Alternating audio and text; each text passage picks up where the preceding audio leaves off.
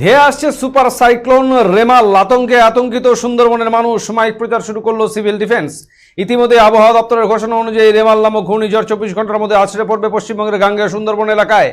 সকাল থেকে ফ্রেজারগঞ্জ পোস্টাল থানার পুলিশ, নামখানা থানার পুলিশ, গঙ্গাসাগর কোস্টাল গঙ্গাসাগর থানা, কাকদ্বীপ থানা, হারু পয়েন্ট কোস্টাল, পাথর প্রতিমা থানা, গোবর্ধনপুর কোস্টাল ও সুন্দরবন উপকূলীয় থানার প্রশাসনের সঙ্গে নিয়ে সিভিল ডিফেন্সের কর্মীরা বিভিন্ন জায়গায় সাবধানতার প্রচার শুরু করেছেন।